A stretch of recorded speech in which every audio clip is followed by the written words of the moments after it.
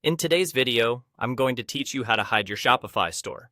Whether you're taking a temporary break, making some updates, or you simply want to limit access, understanding how to effectively hide your store is a useful skill for any Shopify user. Let's walk through two simple methods to do this, so you can choose the one that best suits your needs. First, let's talk about the most straightforward method: canceling your Shopify plan. When you cancel your plan, this essentially shuts down your entire site. It's important to note that if you choose this option, you and your customers will no longer be able to access your store until you decide to resubscribe to a new plan. This option is particularly useful if you feel assured that you won't need your store online at all for a certain period. However, remember that while this option is simple, it means that during the downtime, your site remains completely inaccessible. So weigh this decision carefully. Now, if you're looking for a more temporary solution without canceling your subscription, you might want to consider adding a password to your site. This method allows you to limit who can access your store. It's a great way to restrict access while you work on changes or updates.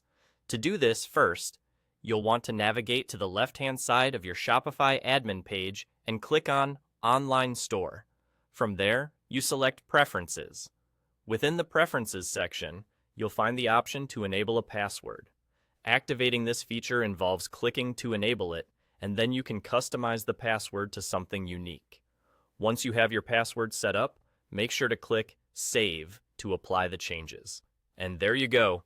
Your store is now hidden behind a password of your choice. This method is particularly useful if you are making back-end changes or if you're preparing for a rebrand or relaunch and you want to keep it under wraps until everything is ready to go.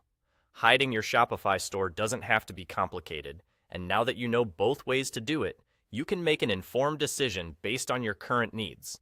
Whether you're opting for a downtime via canceling your plan or simply restricting access with a password, each option provides a viable way to manage the visibility of your store in a way that suits your specific situation.